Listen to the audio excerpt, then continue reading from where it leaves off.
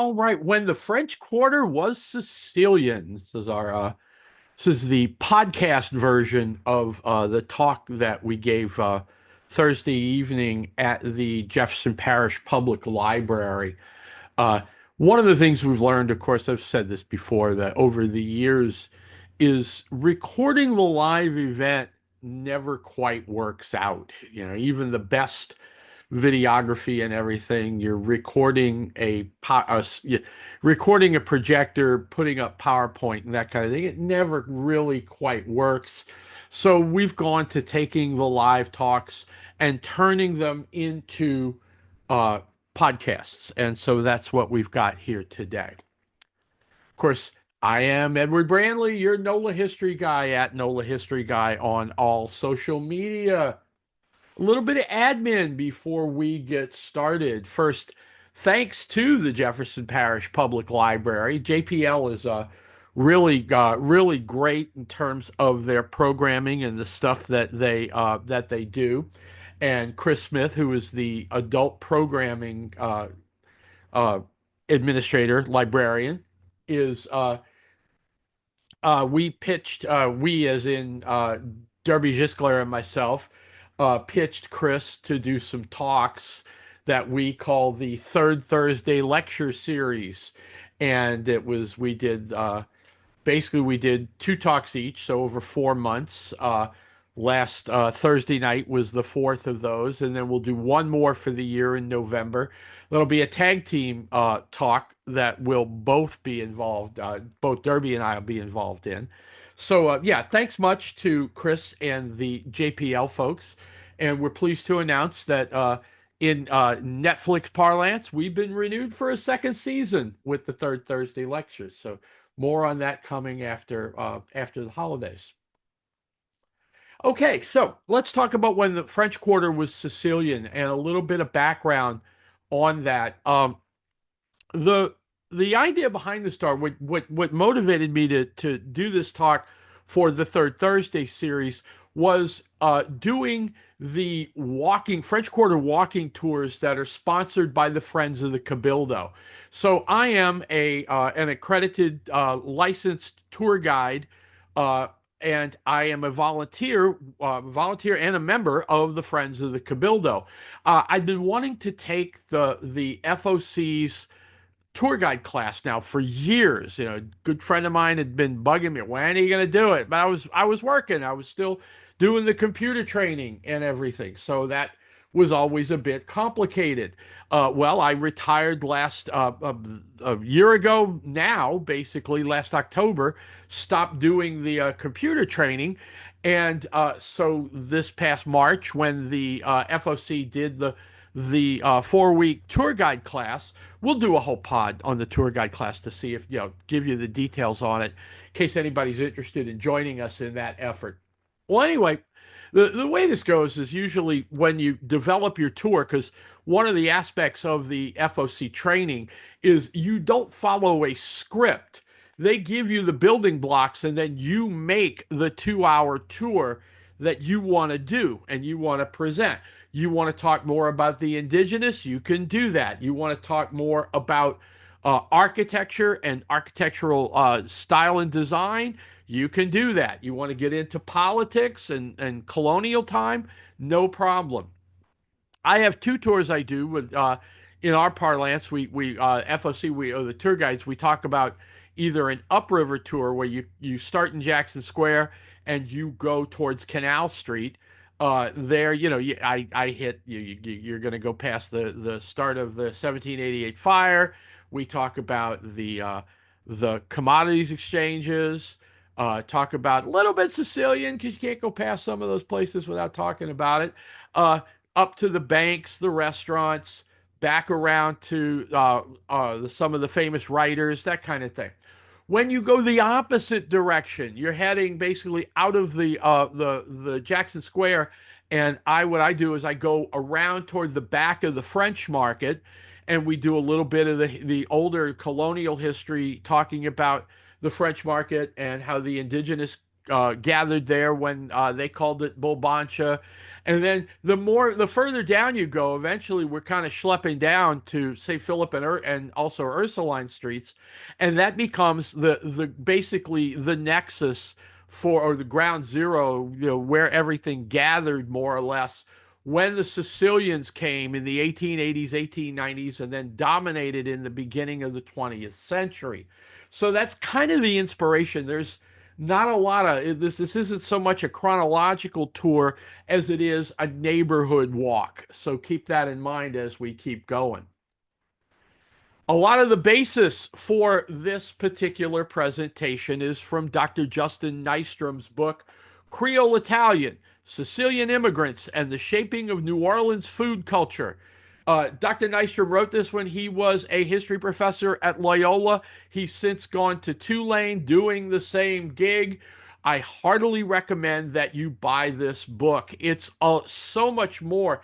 The idea of saying that this book is more than food culture is like saying Derby's book on the Olympic Club is so much more than boxing, because you can't talk about restaurants and food without getting into all the other aspects of Sicilians and their life here in New Orleans.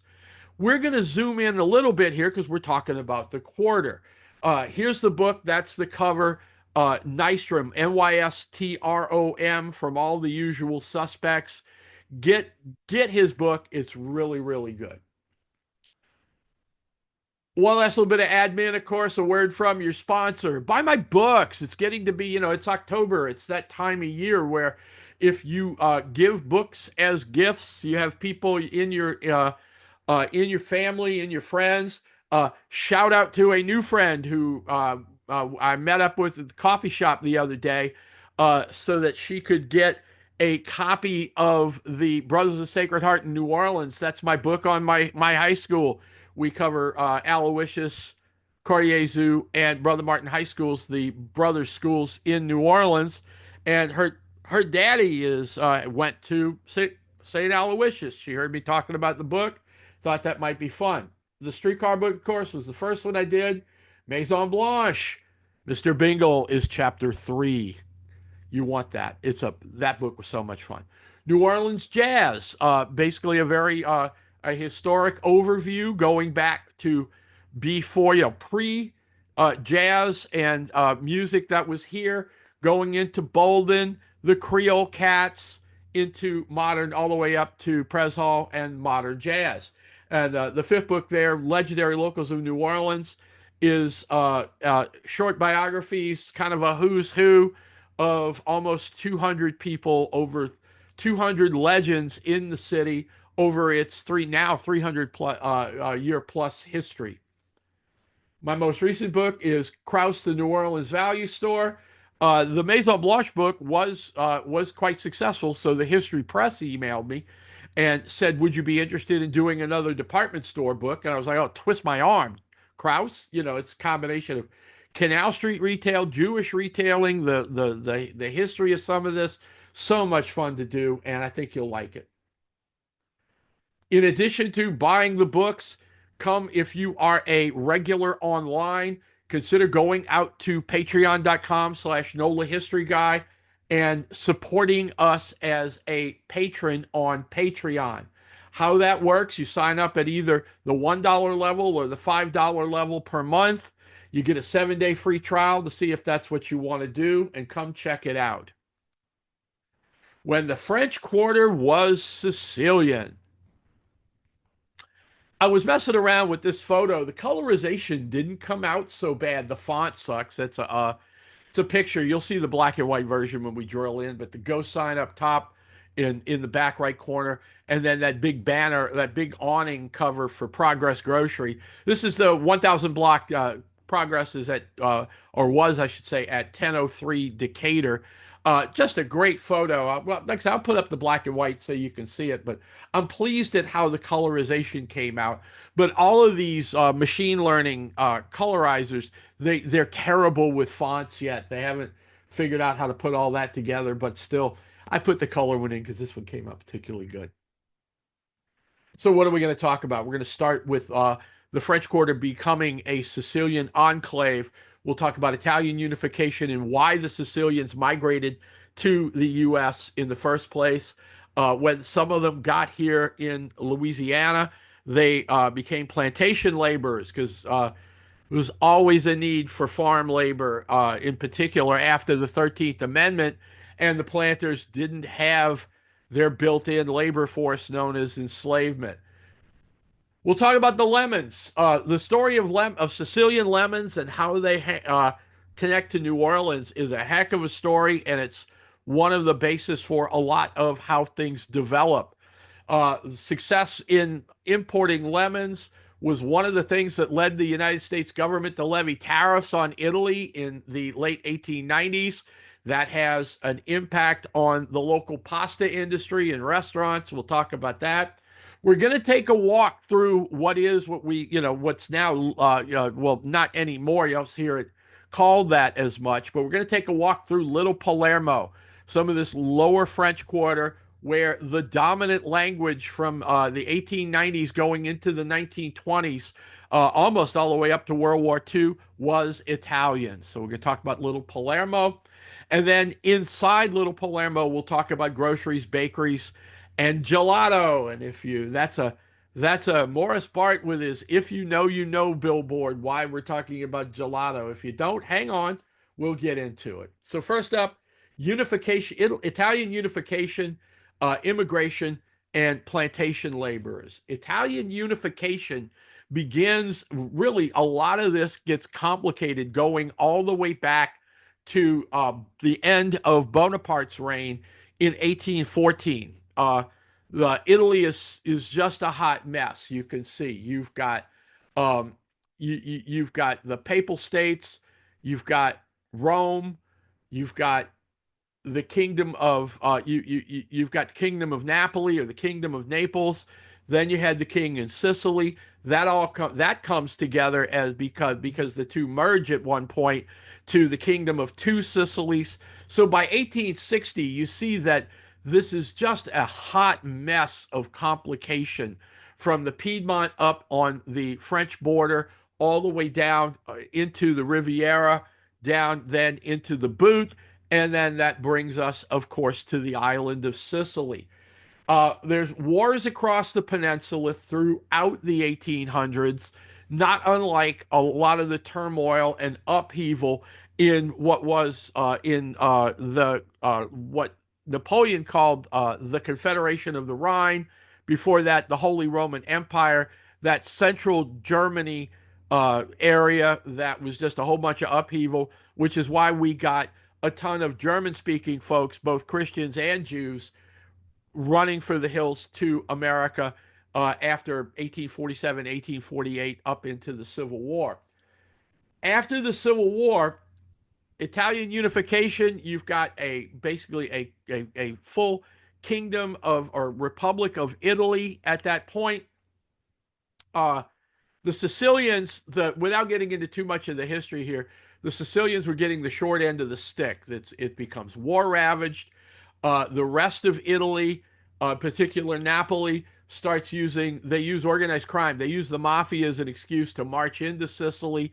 So they're getting, the people were getting some rough treatment. There was a number of poor harvests in the 1860s and 1870s. So basically, like a lot of Europeans, they look to America, look to coming to the United States. Now, of course, the flow there is very similar to what we saw with the Irish, what we saw with the Germans. Basically, a lot of it starts with people taking ship from Europe and coming to New York. There's overflow when you get to New York. Your family or the Italians there couldn't handle the whole thing. That starts spilling over into Philly. It spills over into Boston and Rhode Island, and then of course down to Baltimore. Because you're hitting ports like New York and Baltimore, it's easy for some of these folks to take ship a second time and come down to New Orleans, if not coming from New Orleans directly. And it works out that the timing here, the 1880s, is mostly a Sicilian migration. So even though you had a whole bunch of Italians from the Boot going up into New York and Philly, you end up, or we end up here in New Orleans with a whole bunch of Sicilians.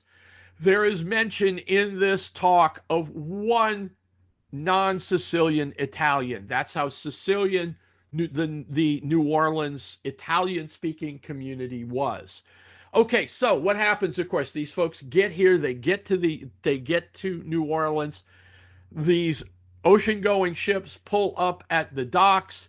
These guys don't have jobs. Maybe they've got family. Kind of the Jewish model works, of course, with the Sicilians. The Jews would come in. First thing you'd do is go to shul, find relatives. If you didn't find relatives, you go to temple. You become part of the community. You get a job somewhere. That starts happening. You got Sicilians already working on the docks. You need dock hands. There's constant turnover in that, with that business, with that work. So people start working that. But we've also got a lot of development and construction, in particular in the early 1890s in the French Quarter. You start seeing Montleone buys the commercial hotel, and he expands and builds out the bigger Montleone Hotel now. And you see other things like that where you've got construction work, road work on the port, you name it, there was labor. But there were still more Sicilians than that, and that led to planters up the river looking to hire Sicilians as low cost, low rent labor. The the plantation owners, sugarcane, cotton plantations, mostly sugarcane down here, are problematic. Have a problem. They've lost their basically free in terms of labor expense, labor force in terms of the enslaved. The 13th Amendment frees the slaves. You basically the enslaved can go where they want now. They're still jammed up. You get sharecroppers and everything else, but you begin to have you have the beginnings of the Great Migration. Uh, this image, by the way, is a news cut from one of the illustrated newspapers from the 1880s. You'll notice these guys are not Sicilians. They are Chinese. The hats are no joke. As the Sicilians are coming in from Europe, they're coming in from the port. The Chinese had come east from California, leaving China, coming into San Francisco in particular, Los Angeles as well. The railroads used Chinese labor to build the transcontinental connections, or their side of the transcontinental railroad system. Southern Pacific in particular is moving all the way east to New Orleans.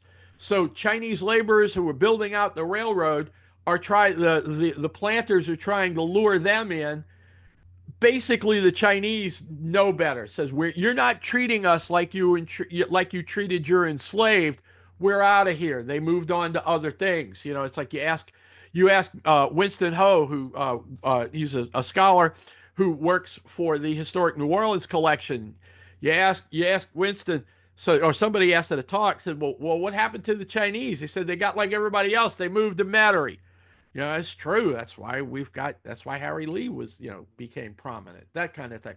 Well, anyway, so the Sicilians, the planters didn't learn from their experience with Chinese labor. They tried to sucker the Sicilians in. The Sicilians basically said the same thing. It's like, no, you're not going to pay us. Basically, you're something just barely above the nothing that you paid the enslaved. You paid the enslaved. So we're out too. But the Sicilians were a little bit different. Rather than moving into the city and doing more urban-based businesses or suburban businesses, the Sicilians didn't go that far into Metro New Orleans. They hit Jefferson Parish. There's a lot of fertile farmland there that's been subdivided and everything else. They start what become known as truck farms. They start growing and raising, rather than cash crops like sugarcane, they're growing and raising produce and the stuff that you bring to market. And those farms were referred to as truck farms because you would buy a truck, load it all up. I did a talk a few years ago at JPL about the Orleans Kenner interurban electric streetcar line.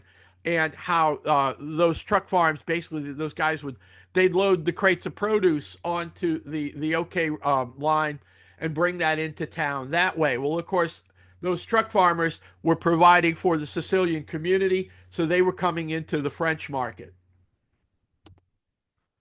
The one thing they didn't grow back out there, or we did have we have a good bit of citrus fruit production, in particular going down into Plaquemine, into St. Bernard Parish and Plaquemine Parish, are domestic residential kind of growing produce for household use and that kind of thing, originated there and then spread out to the Sicilians in what used to be Little Farms and now River Ridge.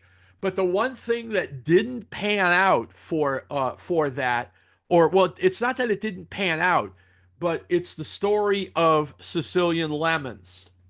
These are Sicilian lemons. They're big, they're juicy, they are the result of centuries, literal centuries, of the Sicilians genetically doing what they, we're not talking lab genetics here, but agricultural, botanical genetics, cross planting and breeding and growing the trees that are going to produce these big, wonderful, juicy lemons.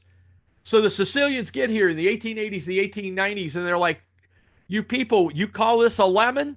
That kind of thing. So what they start doing here is, you've got the guys that, the you've got folks that are here working on the docks, and they're like writing their relatives back in Cefalù or back in Palermo, back in Messina on the island of Sicily, and they're saying, we want you to load up crates on this particular ship because we know that, we know these guys. We want you to send us the lemons. And so that's basically what happens. And of course, we're talking, there's a level of quality difference here, that this is more than just, I want my right olive oil or something like that. These things were wonderful. And they start taking over, they take New Orleans by storm, to the point where there's now money in setting up your own like small shipping businesses. This is a painting from the harbor in Belize of three ships uh, that were owned by J.P. Macheca. And so his Macheca line, he operated the Breakwater, Clearwater, and Wanderer, which were merchant steamships. And Derby tells me that these are what he would call East Coast ships. That the idea was, they, notice it's the single smokestack and a design that's a little more going out into the Atlantic than the classic two smokestack paddle wheelers that we had on the river. So anyway, these ships, they're stopping now in Belize because, in addition to citrus fruit from Europe, these ships were picking up bananas and other produce from Belize and other points in Central America. I didn't know this for a long time. Even I sat through Derby's fantastic presentation on the assassination of Chief David Hennessy in 1891. And I never put it together that J.P. Macheca, Joseph P. Macheca, who owned those ships, was had ties to the mafia, and he was killed in the 1891 Sicilian lynching that was the outflow, the aftermath of the assassination of Chief Hennessy. That's the whole who killed a chief thing. And God, the last thing they don't want to, the ethnic aspects of that. But what's interesting, I haven't read this book yet, but it comes recommended by several people, about the birth of the American mafia, the development of the mafia, and how J.P. Macheca had a piece of this. Well, whether he was mobbed up or, the mobbed up aside, as you saw, he had the ships, and he's bringing in the citrus fruit. He's bringing in the bananas into the port. He's making good money doing that. He's lynched in 1891. His sons basically are losing, they're rich guys with other interests now. They sell the whole business, lock, stock, and barrel, ships, the fruit rights, the whole bit, to United Fruit in 1899. United Fruit, of course, is Zamari, later becomes Chiquita, that whole story. But basically, the Macheca sons back out. They're into real estate development. They've got money from dad, that kind of thing. If you shopped at any point in time at Gachos on Canal Street, you shopped at the Macheca building, which was built by J.P. Macheca's sons, 828 Canal. You can always find it because it's next to the Boston Club. And the Boston Club is only a three-story townhouse that's been there forever because the luncheon club bought it and they maintained that as their clubhouse, if you will. The building on just next to it, just toward the lake, that's 828. That's the Macheca building. It's got anything from murder stories, ghost stories, you name it, all the way up to where Gachos leaves 500 Canal and moves down there to basically a better quality building, the less in disrepair, disrepair. And of course, it's the 800 block. It was across the street from Holmes's. It was half a block up from MB. So that was a little better for, in general, the retail aspects. Okay, so Macheca, among several others, the O'Terrys, a number of other families are bringing in now lemons to the point where, and when we're on the tour, I talk about this.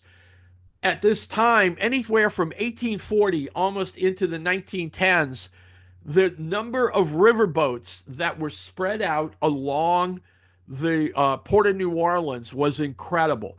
Nowadays, we get out to do the tour. You can hear the calliope of from the steamboat Natchez, or for its sister ship, the City of New Orleans. You hear the calliopes on the steamboats playing different tunes. That was the traditional way that all of the riverboats, they would play their particular tune on the calliope, and that would identify where your riverboat was if you were taking ship to go up to Natchez or Jackson or St. Louis or points north from there along the river. Nowadays, we've got maybe 3, 4 of these riverboats that kind of parallel park at the dock. Back in the day, when the riverboats were at its peak, you had over 100 of the classic two smokestack paddle wheel riverboats. They weren't parallel parked; they were angle parked. That's why all those riverboats, like the Natchez, have a gangplank at the bow of the ship. You'd pull it in, it would hit dock, and your footprint was basically just that gangplank, and that's how you unloaded or loaded the cotton and the cane and everything else. When you finished with that, the riverboats were basically empty. They had to go back up to the planters and get more bales of cotton, more barrels of sugar.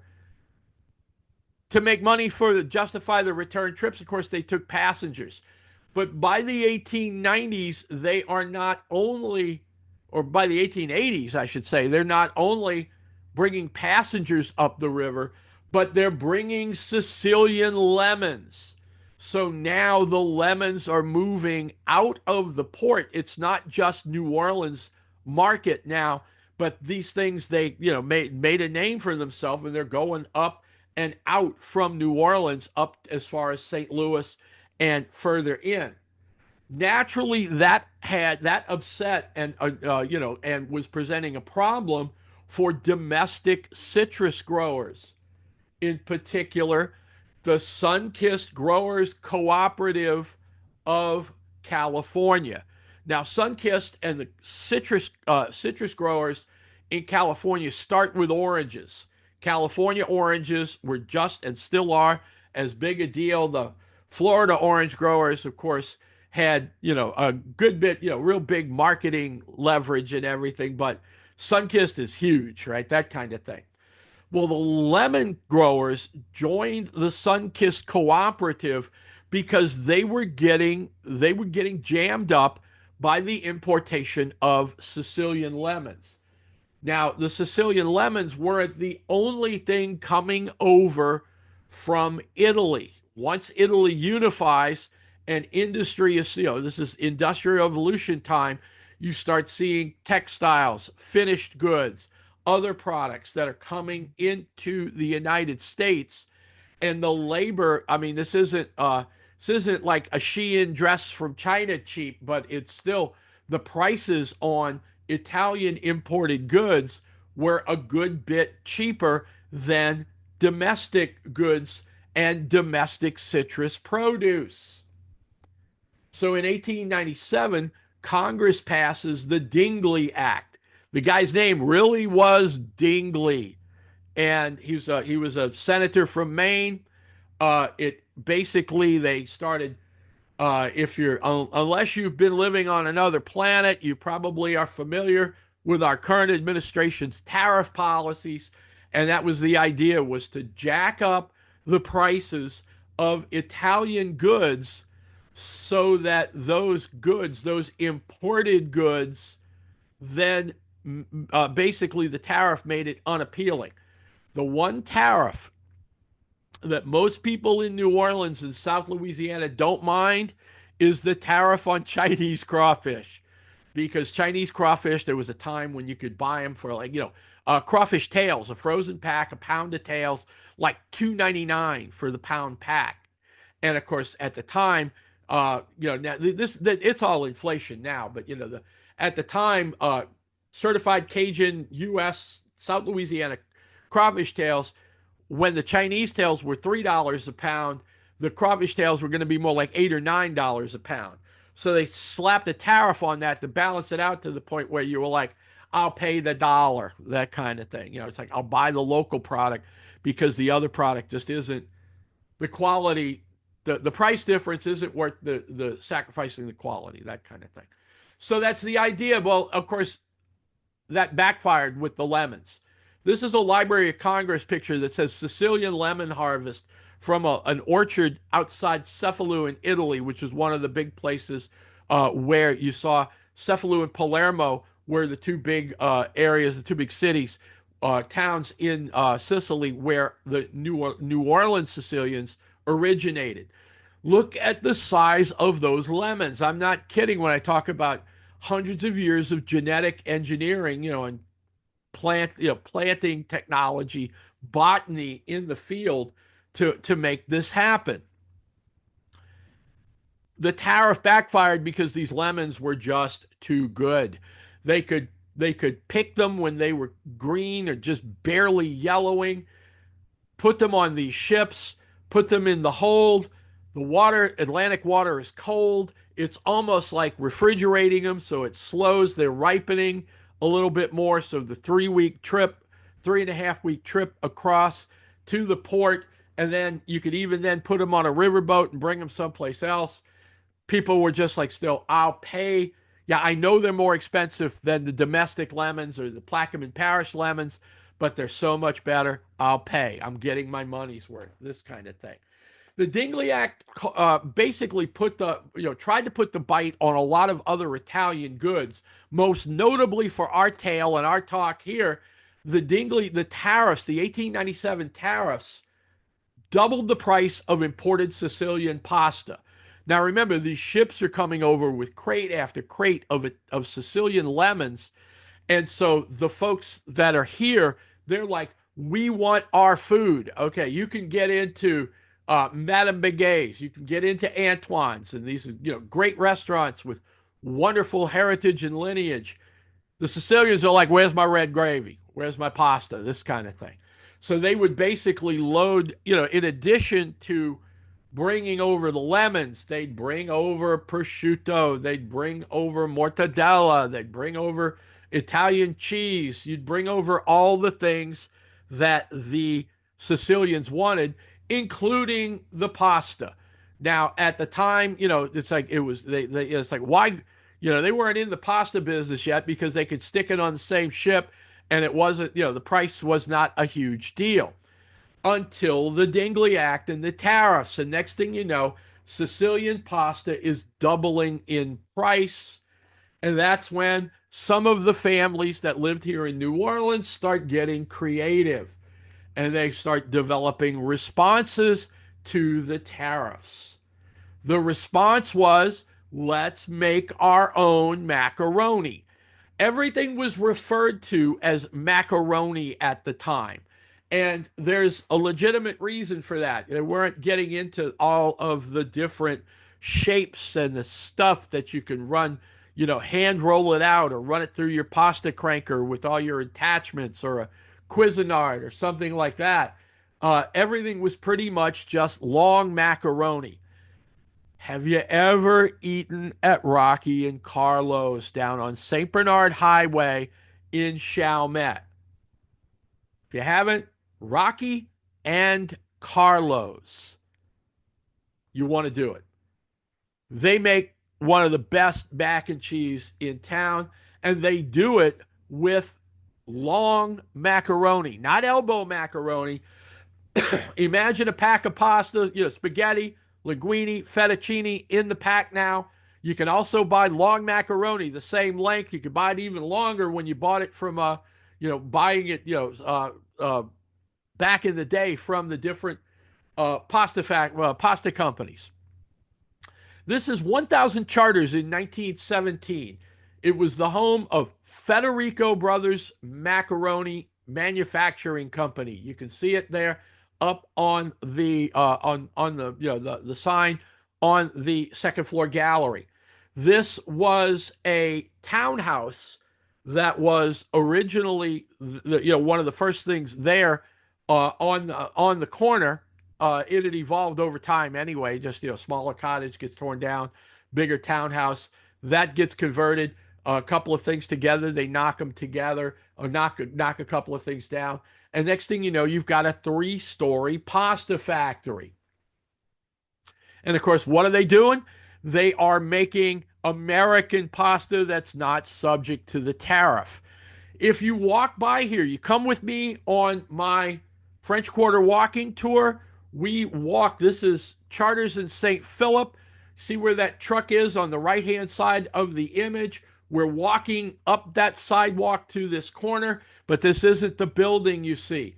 The Federicos were successful enough that they built an even bigger building.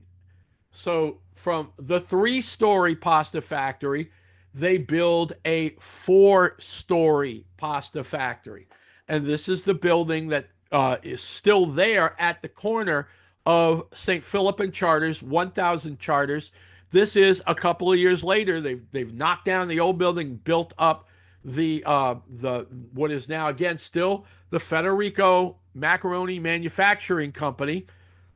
You can see that's the zoom in of the main entrance awning or cover that's there in the bottom right side of the full image, and you can see the labeling and everything. The Federicos continued here until they moved up into the Dryads Market corridor, and then eventually the family sold the business, but they gave up this building in 1927 because there was a big fire on the 3rd floor that created a great deal of damage. So the Federicos basically they were moving, they were expanding, and they figured they could operate here in the quarter as well as down in the Dryads Market corridor. Dryads, by the way, I should say, is now has that segment of Dryad Street which runs all the way the heck uptown, like all the way up to Charlie's Steakhouse. But that section in the market corridor is, of course, now named for civil rights leader Aretha Castle Haley. So that whole area where the Federicos were and the grocery and everything else is now on Aretha Castle Haley Boulevard. But anyway, the catch was that the Federicos in late in toward the end of 27 after the fire, going into 28, they got tied up with lawsuits in court and you name it, trying to address filing the claims for the fire. They had already moved a lot of the operations out of the quarter. They said the heck with it and sold the building. The building became the United Paper Manufacturing Building. And of course, on downstairs was retail. There was like a typewriter repair shop and a tailor and a couple of small other shops. Later on in the 60s into the 70s, that's when Irene's restaurant opens here. So if you've seen this building and you're going, hey, that looks familiar, it might be because you ate out at Irene's. They're now down on Royal Street. Basically they moved up to hit the more the more populated area of the French Quarter to work on that market and everything else. The building, like I say, come take the tour with me. We end up right in front of here. We cross the street, and I tell you the story that we're talking about here.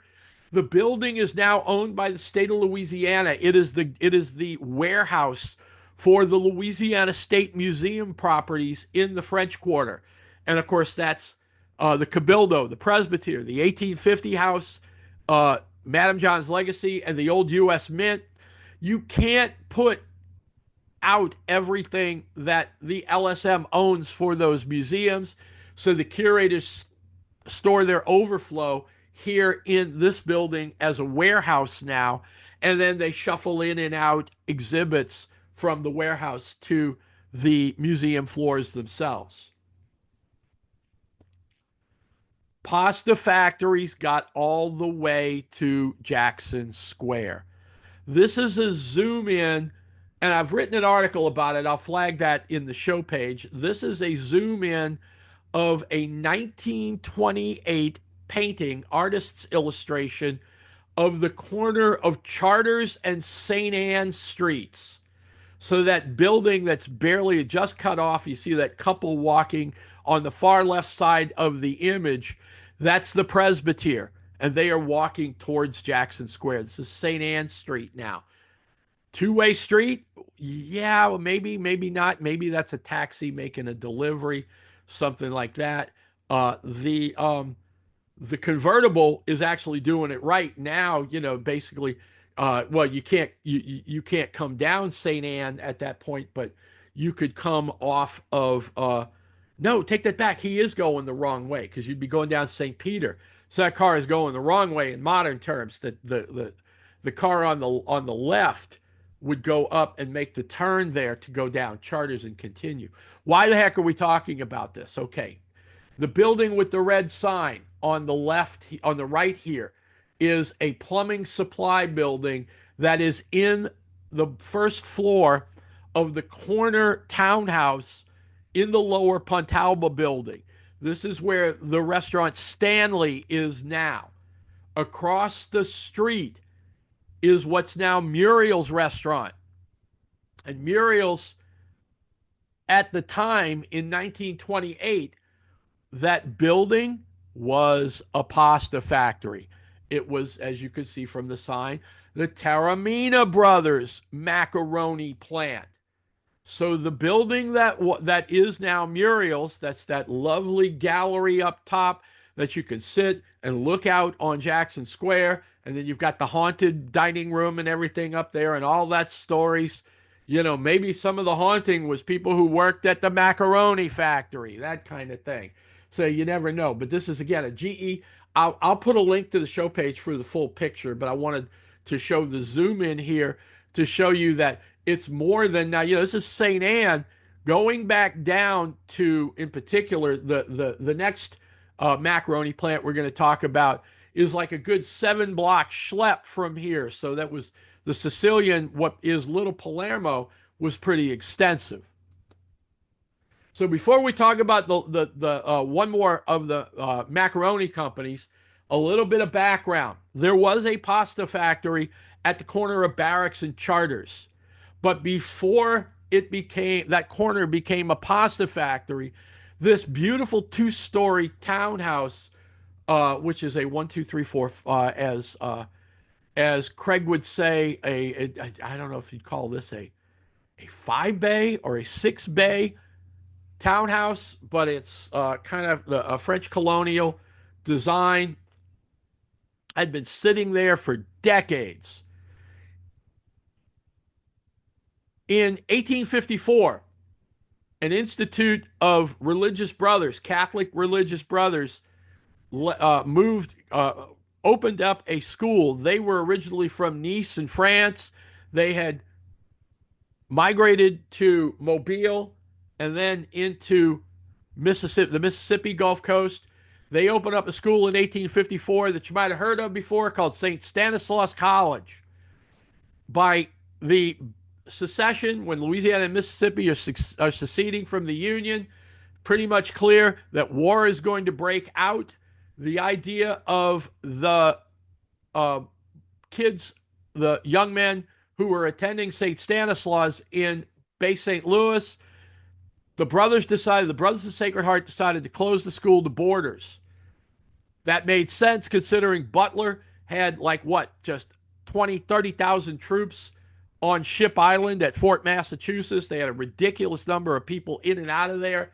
You had this giant army. The last thing you needed was to have something happen, and going to Bay St. Louis was almost an entire day trip on horse or in a buggy or a wagon, right? So wasn't the quick hour on the interstate or the hour and a half on the new Mardi Gras Amtrak train kind of thing.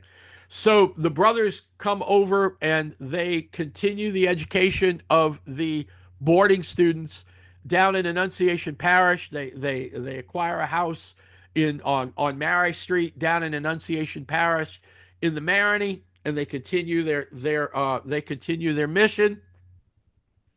After the rebellion, the archbishop invites the Institute to make a permanent presence in New Orleans, and they buy this house at Barracks and Charters, and this is the first St. Aloysius College. Now, St. Aloysius High School, if you're familiar with New Orleans. If you're not, go buy my book on the brothers, St. Aloysius. Then the brothers open up Coriezu on Elysian Fields. They merge the two schools together, and that's Brother Martin High School, my alma mater, still chugging along today. So that's basically, it all starts as St. Aloysius in 1869. Now, by 1892, St. Aloysius had way outgrown this house in terms of classrooms, teaching space, everything else. They buy a convent school that was owned and staffed by the Ursuline nuns on the corner of Esplanade and North Rampart. They later tear that building down for the building that was then torn down again in 1970, but was from 1925 until 1969, St. Aloysius. When I wrote the book on the brothers, I didn't really go past what happened to this property after 1892. The Institute, the brothers sold the property. Well, turns out they sold it to a Sicilian named Cusimano, who then tore down the house and built the Southern Macaroni Manufacturing Company. So he tears down the house, and there was a big open garden next to it. The lot itself, the plot of land that the house was on was extensive. So they were able to build out this 3-story pasta factory on the corner of Barracks and Charters. Giacomo Cusimano, anglicize it to Jacob Cusimano. This is Daily Picayune clip of his obit when he passed away. You'll notice it's like, if you look at it too, it's like, these guys, they're all Sicilians, right? They come in this, they're coming in as immigrants. Look at the text under Cusimano's photo. It says, importer, macaroni manufacturer, and leader in New Orleans Italian circles, who died after a brief illness at his Napoleon Avenue residence. That's exactly the pattern that happened with the Creoles. The Creoles literally and figuratively went uptown. They kept ownership of their townhouses and their cottages and everything in the French Quarter. They rent them to Sicilians who, in many cases, start actually buying those. And now you've got here, after having a successful career in the pasta business and everything, Cusimano literally goes uptown and he's living on Napoleon Avenue. All right, so Southern Macaroni originally starts at 625 St. Philip. So he is just down the street from the Federicos. And he's making money like the Federicos to the point where the building at 625 St. Philip just wasn't big enough. So he opens or he tears down the building that the brothers sold, builds up this factory on the corner of Barracks and Charters. That becomes the home of Southern Macaroni. After Cusimano passes, the family sells Southern Macaroni to a larger national pasta manufacturing concern called Luxury Pasta.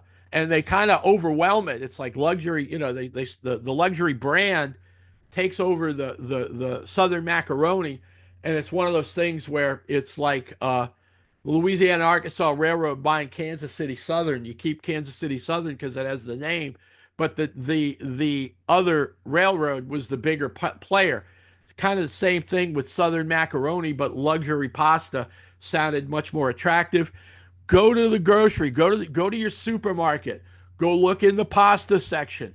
If you see the pasta that's got it's got red, it's got green stripes on it, it'll have a logo that is a gondola operator, like a Venetian gondola. That's luxury pasta. It came from Barrack. It started on Barracks and Charters. Here's a 1916 photo from a collection of New Orleans Chamber of Commerce pictures showing you the operation on the inside of Southern Macaroni. And again, this isn't your little hand crank thing where you're rolling out the pasta and then pushing it through, pushing it through a fitting that would generate the longer macaroni, or like on a Cuisinart or something like that. Look at the length of those of that pasta that's being pushed out of those presses down and then hung up. Let that dry, then break it so you can box it, and there you go.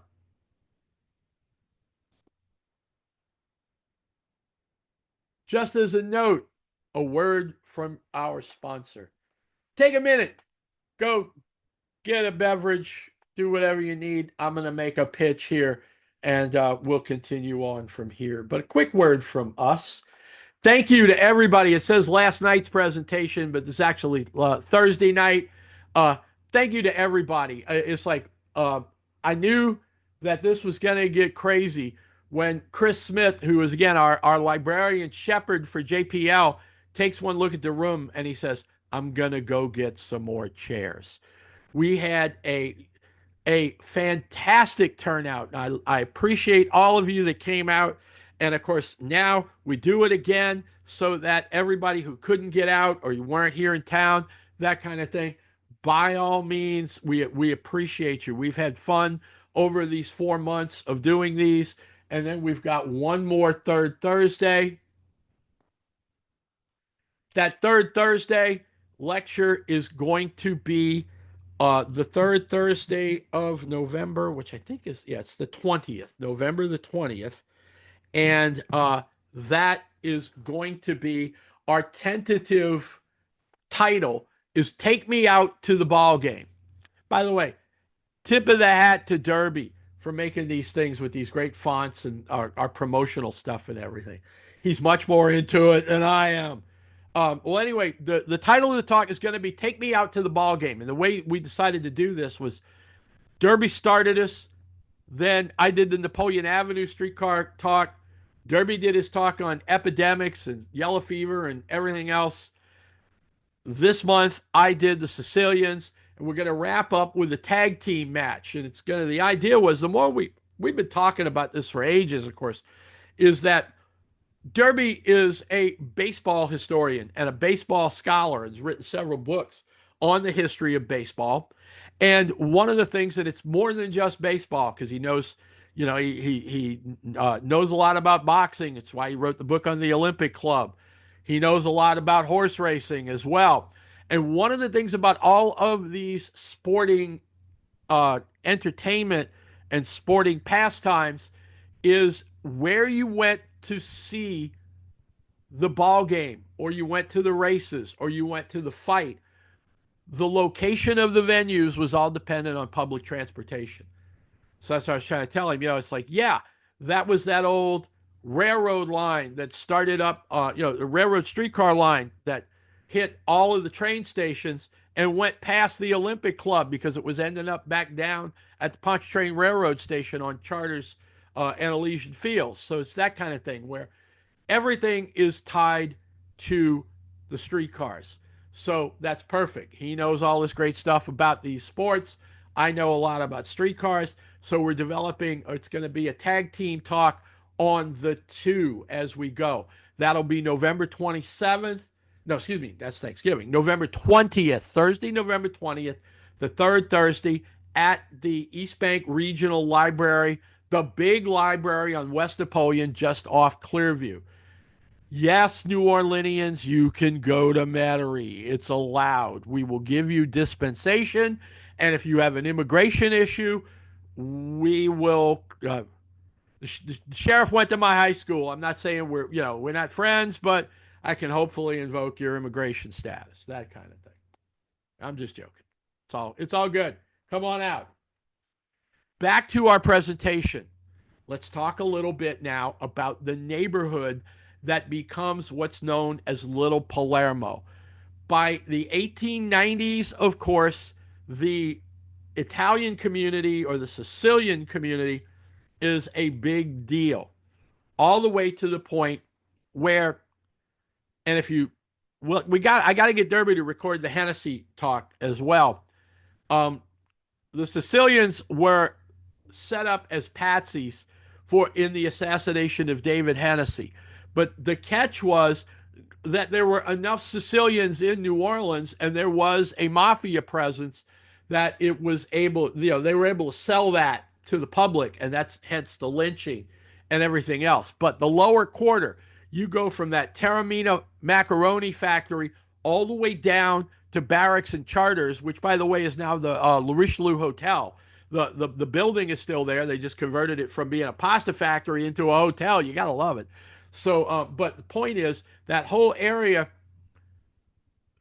used to be the French Quarter. They spoke French. Not at this time. The dominant language of this area, of that lower French Quarter, Little Palermo, of course, was Italian. Now, there's different theories on what's ground zero of the Little Palermo area. Dr. Nystrom says Decatur and St. Philip, or that first block, St. Philip going up to Charters. He'll put his finger on that, in particular Decatur and St. Philip branching out from the produce market into the grocery stores, into the pasta factories and Rufino's Bakery. This is an interesting one. I love the picture too, because it gives you kind of the feel for the neighborhood. It's a photo that was taken by a local photographer for Detroit Publishing Company, and Detroit Publishing Company was one of the largest postcard printers, publishers in the country, in from the 1900s going into the 1930s. And I've told this story before, but the idea was Detroit Publishing. If you were a photographer, you took pictures, you sent the roll of exposed film to Detroit Publishing. They would make a contact sheet out of it and send you a new roll back. So you were just constantly taking pictures. If they liked what they saw of some of the pictures, they'd send the photographer a check to buy the picture. Then they'd print that in a big size and ship that down to an artist in a local area, whatever city, because this is a national concern. And then the artist would colorize the photo. He would literally paint in or color pencil in the photo. This particular one, the artist that did it entitled it Italian Headquarters. This is Decatur and Madison Streets. The building with the further down awning on the right-hand side. At the time, this is Madame Begay's, but it becomes Two Jacks Restaurant. Now it's a Motwani building, and Two Jacks is further up the street, up Decatur, but this is where Two Jacks was for all those years. And of course, at the time, This is all Sicilian folks coming out of the produce market, coming up and down the street. And probably the guy heard nothing but Italian and said, yeah, we're going to call this the Italian Center or the Italian headquarters. This is a picture again from Detroit Publishing called The Italian Courtyard. It's a courtyard. We don't know quite where, but obviously from one of the French Quarter townhouses. Now, remember, the Creoles, like I said, literally and figuratively went uptown. They kept ownership of these properties, and then they would lease the townhouses or the cottages to the Sicilian families that were moving in. So you got mom and a baby, you got a toddler sitting on the ground, and you got the kitty cat over there. I just love the kind of hominess of this, that kind of thing. Trying to get working on colorizing this when I'll see if I get it right, I'll put it in the show page or we'll show it some other time. But this is again typical Sicilian family. Papa is in the French market, at the grocery, at the pasta factory at this time. The Sicilians, of course, were good Catholics. They needed a church. They happened to have a church quite available. This is St. Mary's Italian, which is just off of the corner of Ursuline and Charters. That brick wall, that brick fence, or concrete fence that you see there in the bottom right corner is the wall that surrounds the old Ursuline convent. Now, the convent isn't really part of the Sicilian story. The convent opens in 1754. The nuns are there on Ursuline and Charters until 1825. They move down into the Bywater, further down on Charters Street. They own all that property down there. The state eminent domains the property for that convent to build the industrial canal, and then they literally and figuratively go uptown as well. So they head back uptown, and that's where State Street. That's where the nuns are now. When they left the French Quarter in 1825, the Ursulines gave the old convent, which we call now the Old Ursuline Convent, they gave the convent facility over to the archdiocese, who then the archbishop took it as the archbishop's palace or the archbishop's residence. The catch was that there was no decent church, I should say decent. There was a chapel attached to the convent that was very small, and it was designed as a cloistered chapel just to hold the nuns. The priests live across the street and come over and say mass for the nuns. By 1845, the archdiocese says we need a proper church so that when His Excellency gets up in the morning, or one of the priests that's staffing the archbishop, they could go over and say mass. Well, that becomes a thing. The original name of the church is St. Mary's of the Bishops, Notre Dame de l'Évêque. That name carries through into the Sicilian migration. By then, the archbishops had moved into a mansion on Esplanade Avenue. They later move all the way uptown by where they are now in the archbishop's residence on South Carrollton Avenue, right there on the grounds of Notre Dame Seminary. So after the archbishops leave the convent, the archdiocese, they still own it. It's now a museum property, of course, was offices, the archives, and everything for decades. But the church became known as St. Mary's Italian at this point, because what you've got, of course, is the masses in Latin, but then your homily and all of your talk and chatter will be with the Sicilians. So it's an Italian church pretty much. So they referred to it, of course, as St. Mary's Italian. This is next to the Old Ursuline Convent. We walk up the street just a little bit to the corner. We see what is now the historic BK House. The B and the K stand for years it was referred to as the Beauregard Kai's house. Beauregard because Gus Beauregard, when he came back from the rebellion, rented this house and only stayed here about 15, 16 months, and then moved in further up on Royal Street with his son. Yeah, Papa wanting to be with the grandchildren and all that kind of stuff. So this is 1113 Charters, directly across the street. If you're standing on that on the front porch or looking out the window of one of the front rooms, you could see into the windows of the convent, which was just offices and stuff at that time. It's built in 1825 for a Frenchman. That family sold the house in 1865 to an Italian named Dominic Lanata. Lanata is the only Italian mentioned in this presentation that's not Sicilian. He was from Genoa. He was a Genoan. He was a businessman here in town. New Orleans is that big melting pot. You know, it's we are a gumbo of everything. So to have an Italian from the boot doing business and everything else, he buys the BK house as an investment property. This, by the way, is a 1940 painting of the BK house and how it looked in 1865 when Lanata purchased it. It's a Boyd Cruz painting. Boyd Cruz was a very prolific painter, did a lot of work with WPA projects for his art and everything else. Becomes the first curator of the historic New Orleans collection. We've talked about Cruz a lot, but I love this particular because it's got, you know, it shows you what it looked like, and Cruz is well known for adding the flavor of the time period. Like a lot of his pictures are from the 1850s. See, he dates this one specifically 1865. You see there's kids playing in the garden on the side of the house. You've got those two ladies in the long skirts that are walking up the street.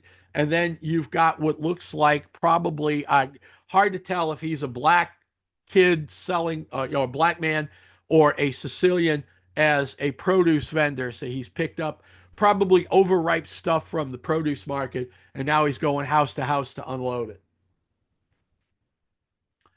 So Lanata sells the house, or the Lanata family sells the house again in 1906, this time to a Sicilian, Pietro Giacona.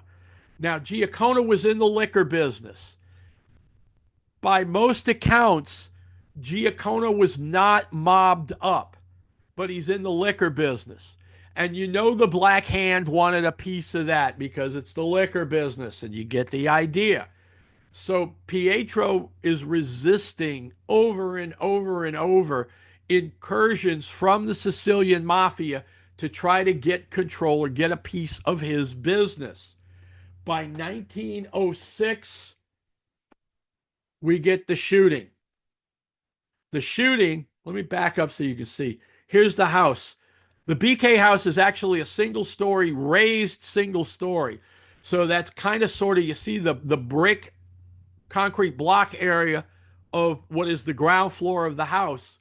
That was more or less a basement garage. You could stable a horse and come in on the side, that kind of thing. The house itself was a single story house with the dormer up top, and you can see the curved staircase coming up to take you to the front door. One evening, some Sicilians show up at the front door and they demand to speak to Mr. Pietro. His son Corrado is there as well. They're members of the Black Hand. They're not the brightest in the world. They were kind of, mid-level, low-level capos kind of thing. They come over and they're gonna, basically they're there to physically threaten the Giaconas. They do the whole, where are your manners? You're not going to offer us a drink. You're not going to offer us food. So naturally, of course, Giacona's trying to figure out a way out of this. So he buys time. They cook him dinner, and they talk over wine. They go back out onto the back porch, or actually they go out to the dining area just inside the back porch. At one point, Pietro is done with this nonsense. Corrado is done with this nonsense. Let's shift back to the photo. So Corrado Giacona is the younger man with the handlebar mustache on the left. His daddy, Pietro, is the white haired gentleman on the right. It's unknown who this is, probably a business association photo or something. We don't know who the bald headed guy is. He's irrelevant to the story. But it's Corrado, the son, on the left, Pietro, the patriarch, on the right. They're in the liquor business. They are entertaining these capos, or these soldiers, if you will, from the Black Hand. They start making now physical threats, and the implications that they're armed, and that it's time you are going to concede your business and come into the family. You were going to come into the Black Hand. The official account was that Pietro said no way. He goes in to the bedroom, comes back with either a pistol or a sawed-off shotgun, and blows a couple of these guys down. The news accounts said it was all Pietro, but later in court it comes out that Corrado also had had involvement in the whole thing, but his daddy tried to shield him from that, because you could see he's a younger man. His wife was pregnant at the time. They kind of, this is daddy it's like, if somebody's going to jail or somebody's going to get hanged for this, it's going to be me, not you, kind of thing. The thing goes to trial and they're acquitted on self-defense because they were resisting the Black Hand. They were resisting the mafia. Did they have a piece of this? Was this a mafia fight? The theories abound on all of that.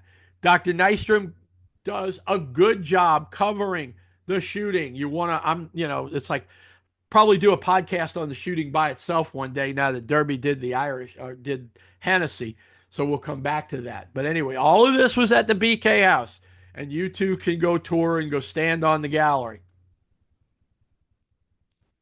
Across the street, catty corner from the BK house. So this photograph would have been taken standing in front of the BK house with the convent out of frame to the left. This corner, and every time I took a tour, when I was learning how to do the French Quarter walking tour for the FOC, all the tour guides, they would come walking down Charter Street. So you see where it says American on that townhouse there? You'd come down the street, you're schlepping toward the convent. They get here. On the corner now, it's a extended sized Creole style townhouse that was built in the late 1980s after this gas station was demolished. So the tour guides would always say, this building, it used to be a gas station. And I'm sitting in class after, going on a couple of these tours, and they're talking about the old priest cottage that was demolished.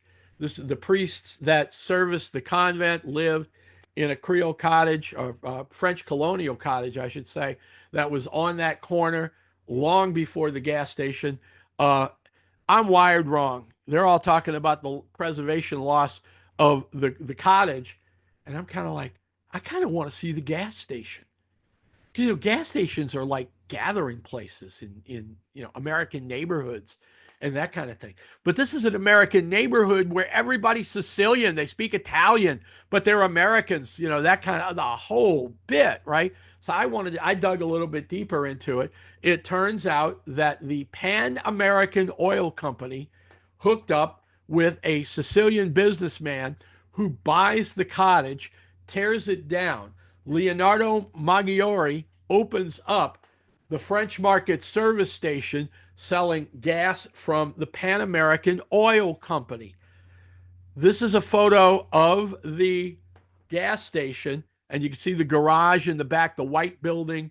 Basically the side of the townhouse was that house was owned by the Maggiores as well.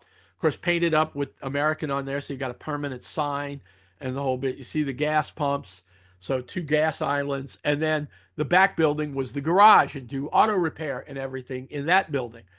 All of this gets demolished in the late 1980s because now you've got other gas stations at other places. Talking this morning to a dear friend of mine from high school, And Steve swears that we got gas at that gas. I can't remember it to save my life, but it was there in the 70s. So, hey, it could very well be. I remember the gas station on Conti, the Esso station on Conti in Decatur, much better than this one. But you get the idea. So, 1928, Leonardo Maggiore opens the gas station. He passes away after World War II.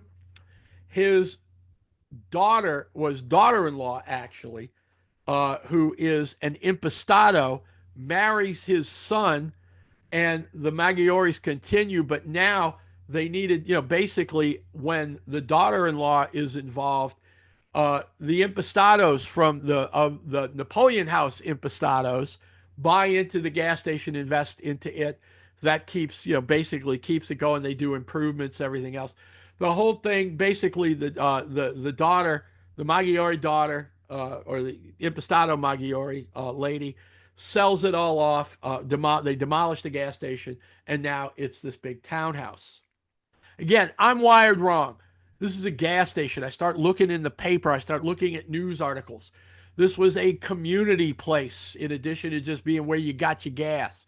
You were selling a car, you would put an ad in the Picayune and say, car for sale. Here's the car. You can check it out. You can view it at French Market Service Station because Mr. Maggiore let you park the car over there and people could stop by. There was an ad for like 3 loads of bricks salvaged from a building that was demolished. They stacked up all the brick right there on the corner, and they said, you're building something, you want good solid old brick. It's all stacked up there. Take a look at it. Call this number. We'll talk price. It was a community thing. This lady, Lisa Tiger Diamond, is an artist. She sells her stuff on Fine Art America and Etsy. This is a painting of the French Market Service Station, and you can see it there. El Maggiore, proprietor. I'm assuming this was a photo of, I don't know if those are Maggiores posing by the car or if that's somebody who's trying to sell a car, so it was parked there. But you can see it's Pan Am. It's not American Oil yet. It's not Amoco as it becomes later. It's Pan American Oil Company. And again, this is a nexus. This is a social gathering point in the neighborhood. And this is, look at that gal in the sweater and the skirt and the bobby socks and the loafers. I mean, this is, the old car. This is not a Happy Day. This is a Sicilian, New Orleans. Can you imagine if they would have made Happy Days in in Little Palermo, right? This is what you would have seen, that kind of thing. Just up the block is of course, and we're going to talk about it in a little bit. It's going to be Bricados. This is all just part of Little Palermo. And begins to our last piece of our walk around the neighborhood. Now we've talked about the pasta. We've talked about the neighborhood. Talked about the mafia and the gas station. Let's talk about groceries, bakeries, and gelato. This is a map, a diagram of the modern French market, the current French market.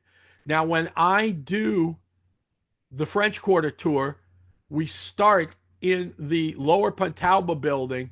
So it says shops of the upper Pontalba because the city made this map and they own the upper. But the other side, so you see Jackson, the cathedral, and then you see where it says St. Anne Street. That's the lower Pontalba. That's where the 1850 house is and the gift shop. We start there. I cross into Jackson Square. We come back to St. Anne and we cross over. And you see where it says there in red, the shops of the colonnade. Well, of course, what's the first thing in there? That is Cafe Du Monde. And Cafe Du Monde's there. We walk around the back there where it says parking. That's the flood wall. And we walk the back alley there coming in. And so we walk along there first to Dumaine Street, and then at Dumaine, and then coming into St. Philip's Street. That first section that says the shops of the colonnade, that's the first building of the French market. That was the butcher's market, all open stall butcher shops. Think now back room of the meat department in your supermarket, but no air conditioning. They bring the fresh meat in from in mid city, open, livestock raising out in the green space that's now mid city and Gentilly. You'd bring in the meat, they'd butcher it right there in the stall. So by 11 o'clock or so, the sun's getting high, it's getting hot, and they're closing down. But the produce market was cranking and was rolling in that next set of buildings between Dumaine and St. Philip and St. Philip to Ursuline Streets is all at the time was the produce market. Now, of course, in the 1970s, late 1970s, early 80s, is when Dutch Morial and the French Market Corporation undertake a massive rethinking and redesign.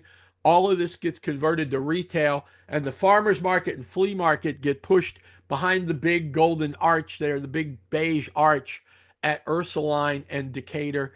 And so that was always fresh produce and everything. Now really, it's all just retail kind of gift shops and a little bit of produce that you could probably buy at the grocery now anyway, but you get the idea.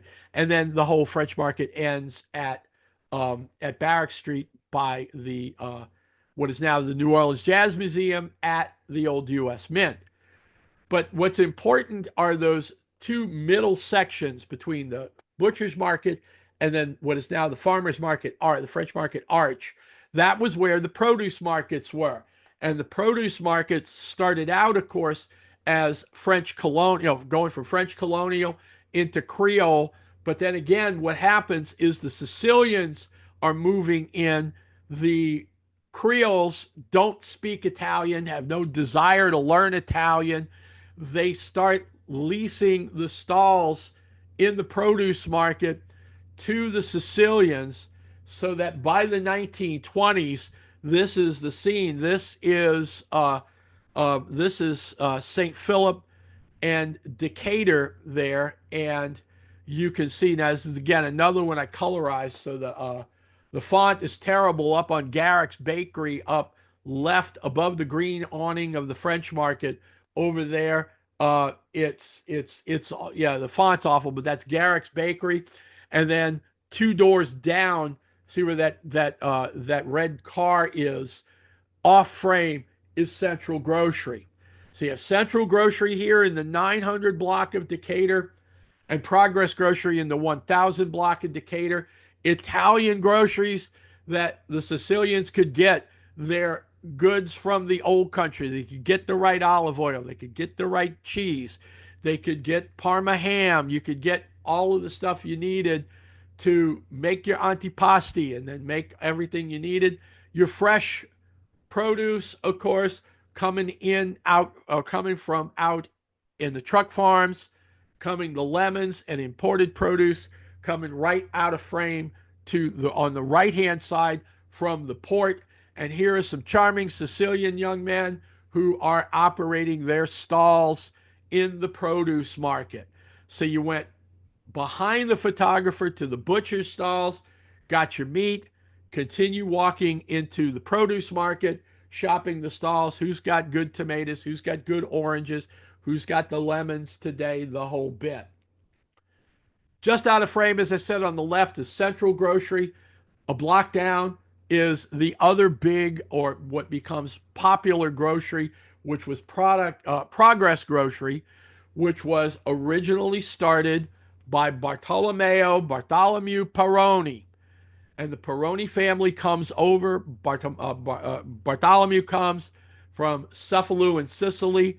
He comes to New Orleans in 1906. He does the typical immigrant story where he comes to town and then works for people, gets his money together, and in 1926, so not that far off of that produce market photo, he opens up a grocery. He leases the corner at 1003 Decatur, and that becomes Progress Grocery, which was that photo, that colorized photo that you saw before.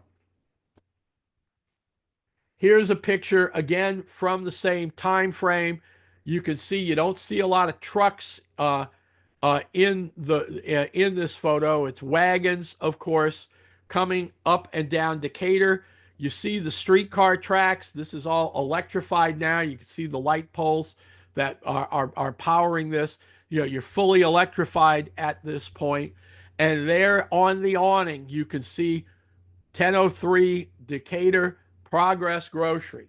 Progress Grocery and their counterparts in the 900 block Central Grocery, always to this day. Now, Progress Grocery closed the retail and sold this off years ago, so that now the Progress Grocery brand continues on from the company Peroni and Sons, which is a wholesaler. You want to buy Sicilian olive salad, or you want to buy other products, they make all of this stuff out on LNA Road out in Metairie. They've got a plant. They put everything together. The Peronis are still very much in business, but they're no longer have the retail grocery in the French Quarter. But at the time, and this goes all the way up into the 70s, when I'm in at UNO, or when I'm at Brother Martin, and we're kind of wandering through this area a little bit, learning and discovering things. These were the two places, plus Napoleon House down or up the street, that were your places where you knew you could get a good muffalata. Let's talk about the muffalata, because Central Grocery, while Progress is no longer there, is still your kind of headquarters for getting the classic muffalata sandwich. The Lupo's open. Salvatore Lupo opens the Central Grocery at 923 Decatur. The idea was, I'm gonna import all the stuff that is from the old country, and you're set on this particular coffee, or you're set on this particular pasta, you're set on this particular whatever. He's selling the Italian goods plus local goods here in the grocery. So you got your meat in the butcher's market, you got your produce from those guys in the stalls in the produce market. Now you cross over on Decatur, you go up into Progress Grocery or into Central Grocery, and you buy your dry goods. You buy all the other stuff that you'd buy now at the supermarket. So Mr. Lupo starts the business. He's also got kind of sort of a deli going here. And you could get the olive salad that he was making. He's selling the olive salad. He's selling the ham. He's selling the cheese. He's selling the mortadella. He slices it all up, and you could make yourself a plate, little olive salad. The workers would come in from the docks or from the factory, the pasta factories, down the street where you're doing all the hotel construction, whatever. The Sicilians would come and they would grab lunch, grab a little quick dinner, that kind of thing. The problem was that the Sicilians weren't in step or in tune with the classic American lunch. And so that becomes problematic, because you don't have time to go make a plate and sit there and eat a plate of food. We are the grab and go American sandwich economy, even back in the day. So what Mr. Lupo does is goes around the corner on St. Philip. Now, by now, Cusimano has moved out of the original Southern Macaroni plant on St. Philip and is down on Barracks and Charters. What takes its place? A bakery, and a big bakery that can produce a lot of Italian bread. Ruffino's Bakery, basically, the Lupos go around the corner to the Ruffino's, and they start talking, saying, can you make me a 10-inch round Italian loaf of bread? Good Italian bread, very competitive.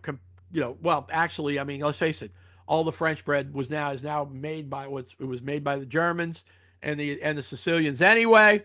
Now you just put the seeds on it, do a little bit different from classic French bread.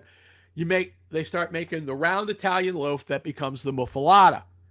Now, did Lupo come up with it first? Did Peroni come up with it first? That's a beer Yeah, they can fight. Y'all can fight that out at Thanksgiving. That's all good by me. I enjoyed both of them. Still do to this day. Long story short, though, that was the ideas. Instead of putting the antipasti on a plate, you put it on that round Italian loaf. You put down your meat. You put down your cheese. You put down your olive salad. You cut it into quarters, wrapped it up, and you sold the muffalata. And so there's the whole muffalatas wrapped up from Central Grocery.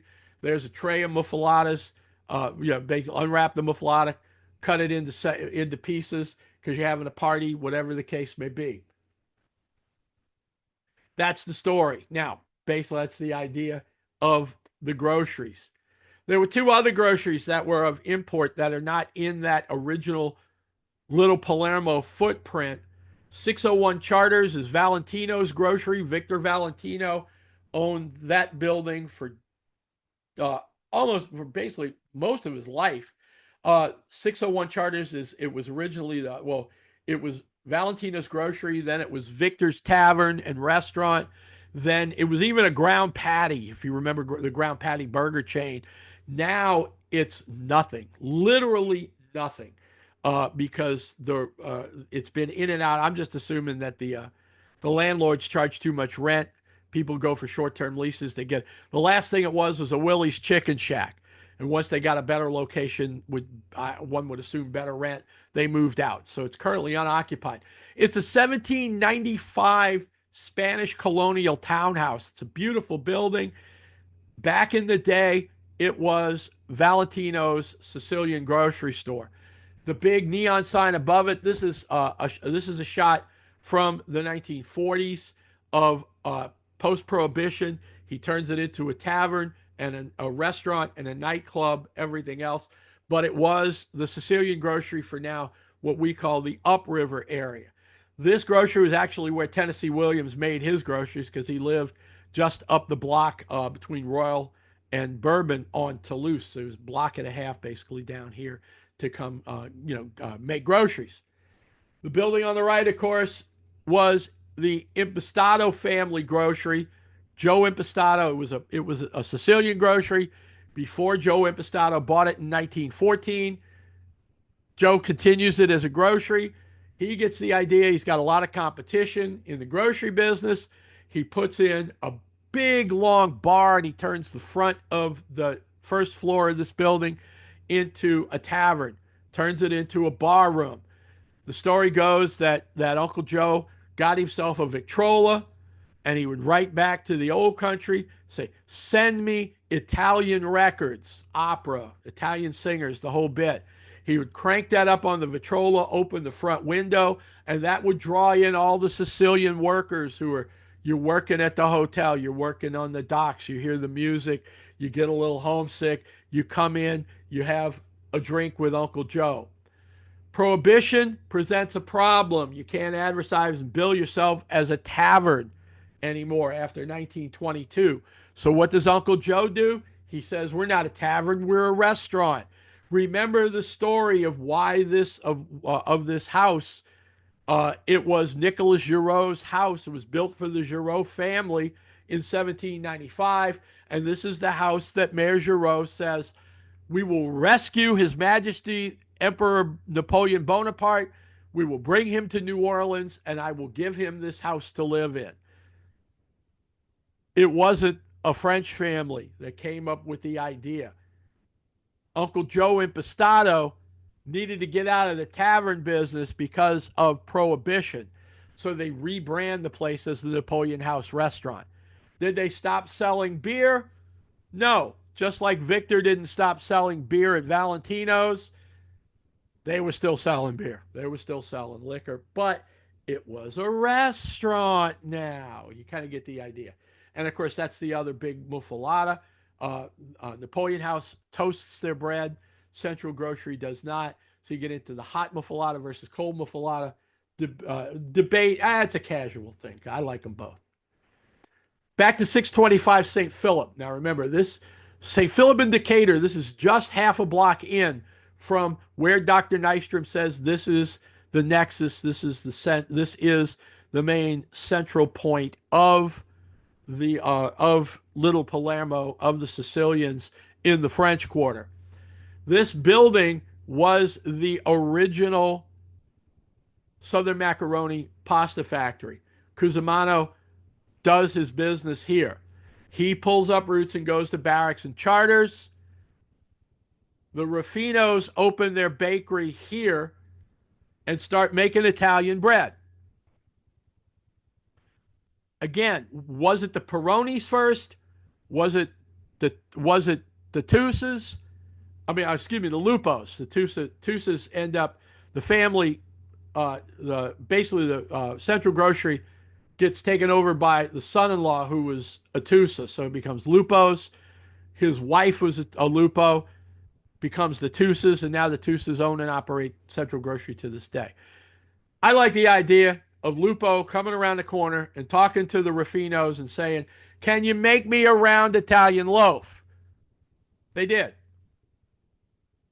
The Ruffinos becomes a big business, selling the Italian bread, selling that round Italian loaf, the whole bit. They outgrow this business. Old man Ruffino passes away.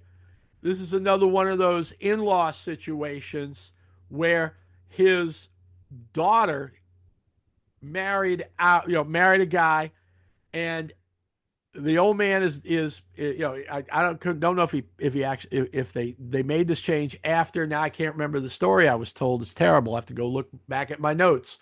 Um, the idea was, though, is that there needed to be a corporation change because of the inheritance and everything else, because the guy who takes over the business he's a Ruffino son-in-law, but he's not a Ruffino. So they change the name, reincorporate as United Bakery.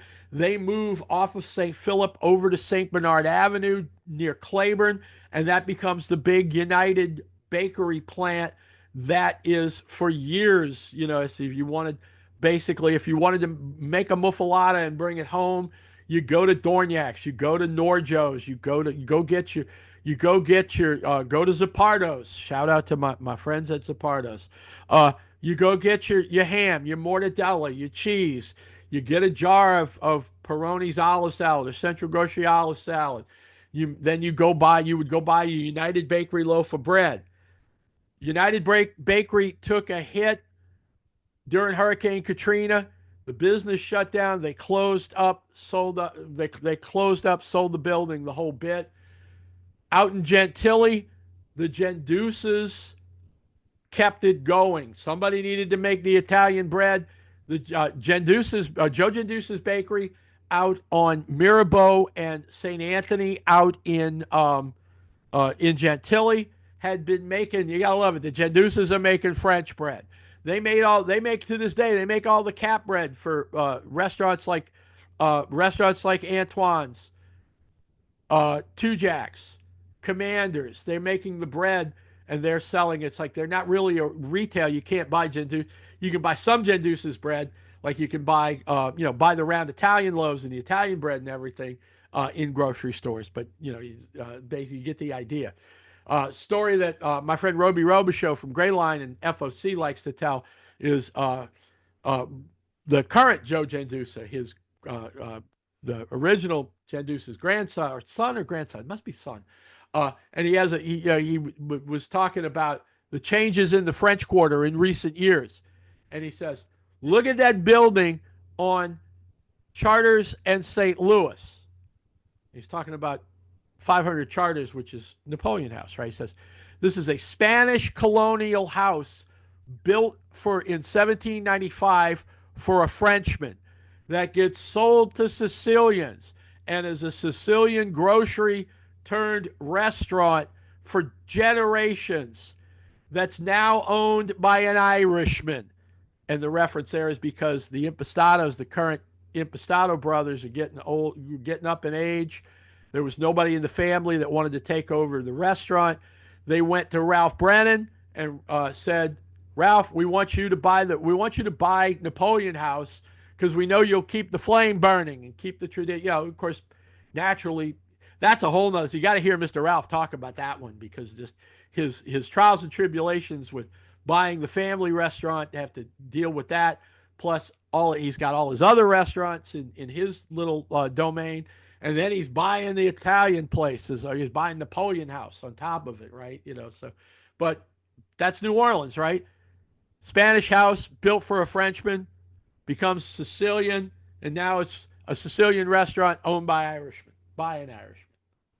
Anyway, back to Ruffino. So Ruffino's Bakery here on 625 St. Philip becomes United Bakery. Jandusis keeps the muffalata bread going. The building is now Ruffino's Restaurant. It's still in the family, but the bakery's long gone from the location. They still keep that delivery entrance and the name there and everything, but it's a restaurant footprint now. Gelato. Let's talk about the ice cream parlor. We've got groceries. You've got wine and liquor stores. You've got the produce in the French market. You've got restaurants all over the place, from Uncle Joe to better restaurants. Italian Barrel is Northern Italian, but they're back. I love it. Yeah, I love that they're reopened. They did a whole bunch of renovations in the slow summer. They're back. Still good Italian food. Don't get me wrong. Anyway, so first thing up, Angelo Briccato comes over from Cefalù in Sicily. He comes over via Palermo because there's a yellow fever outbreak in Cefalù. So he migrates to Palermo. Eventually, he comes over to New Orleans. Same idea as basically as some of these other families, where you hook up with the people who are here. You go to work with 4 other people. Briccato, Mr. Angelo, was trained in making ice cream and pastries and that kind of. He was a dessert guy. So he opens up a shop just on the 500 block of Ursuline, just off of Decatur. So he's a block. The original Briccato's was there closer to the corner of Decatur and Ursuline. Like all of these other things, he outgrows it. So he outgrows it, and he moves up the street to 617 Ursuline, which becomes Angelo Briccato's from 1921 until they closed the store finally in 1981. This is where you went to get your spumoni, to get your world famous. I got a pint of lemon ice in the freezer right now. I like to pour a little limoncello over it. You get the idea. You got the ice cream. You got the fig cookies. You got the lemon ice. Now you get strawberry ice, mango ice, you name it. And you got the cannolis and the cookies. The cannolis, I remember the first time I walked into Briccato's, it had to be 77 or so. And I walk in, there's no real air conditioning in it, big fans though, cooling the place down. And you walk in, and there's the setup for the cannoli. You got the 2 big pots of cream cheese, got the 2 big bowls of ricotta, and a big tray with the shells in the middle. My friend Steve from the fraternity, and we come in, and he orders, says, we want some cannolis. And she picks up a flat spatula, and next thing you know, and she's filled up half with the chocolate, filled up half with the white ricotta, and boom, we got cannolis. It was wonderful. Just absolutely perfection. The fig cookies, everything else. 90% of St. Joseph's altar looks like the shelves.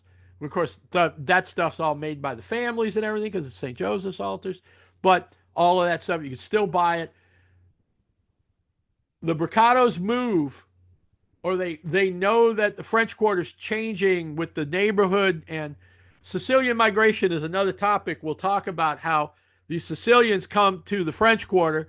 They end up migrating into Tremé and buying property into Tremé, and then they end up all the way in Mid-City, and we'll talk about that. But basically, by 1978, the Briccatos are ready to close down. They're phasing down this store on Ursuline Street, and they open the current Briccato's location that is on North Carrollton Avenue. They closed this store in 1981.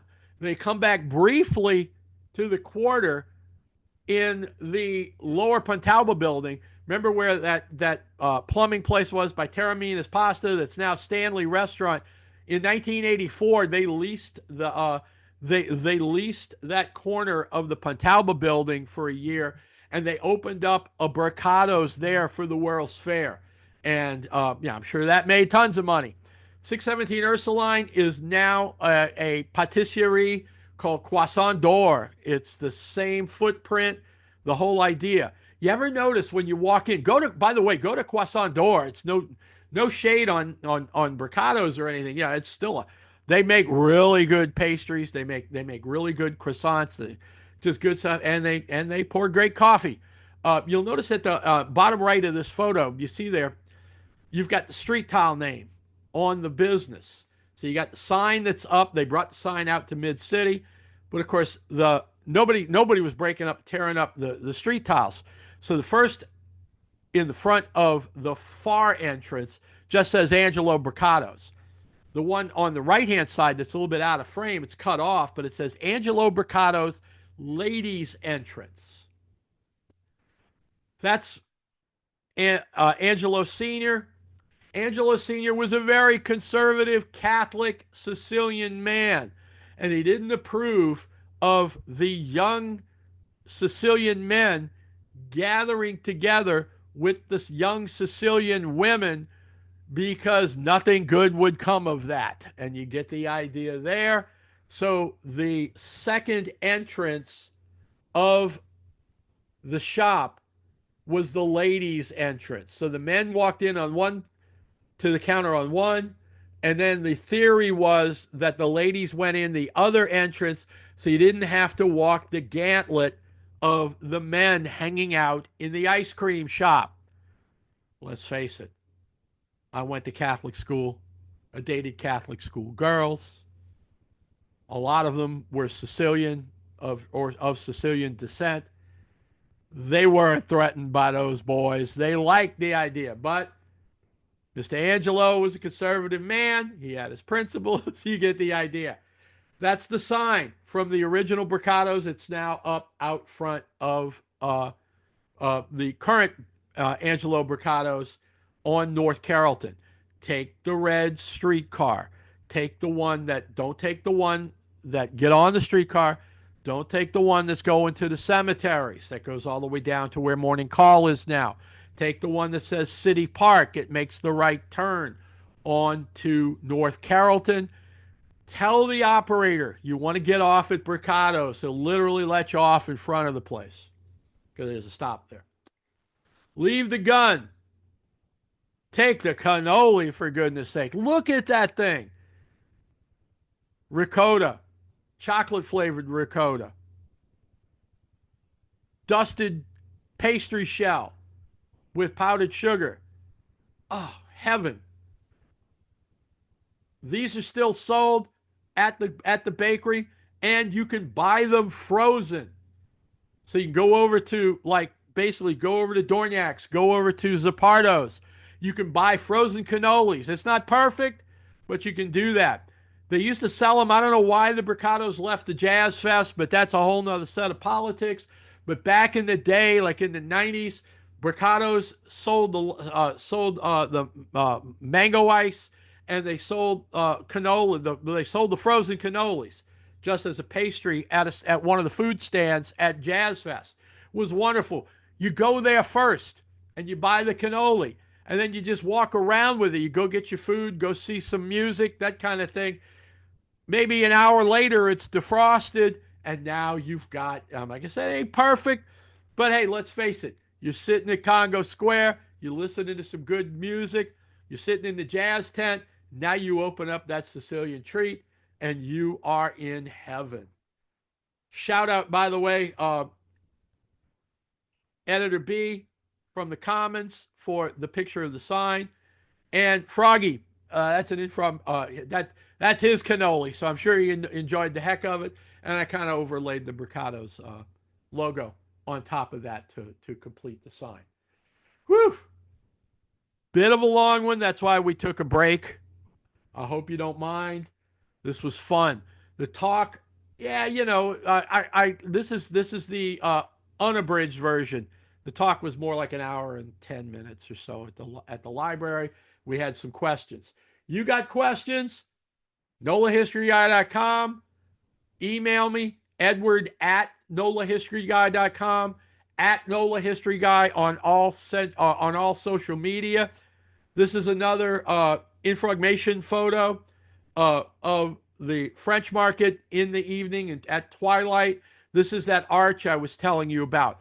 This is what was left of the farmers market after they converted the butcher's market and the produce market all into retail, air conditioned shops for the tourists. And then what was left of the farmers market and the flea market running down to the mint was here. I just love this is my business card now. I just love this photo. Shout out to the folks who made my favorite PowerPoint template here, this parchment style PowerPoint template. It's a Creative Commons license, so it's share alike and attribution we always give. The Merritt, the Kelly Wales and Nick Merritt, the props that they are due here. If you want this template, it's in the Commons. It's all fine. Ping me, shoot me an email. I will strip this all down back to the template and gladly share this with you just to give these people some further recognition and everything else.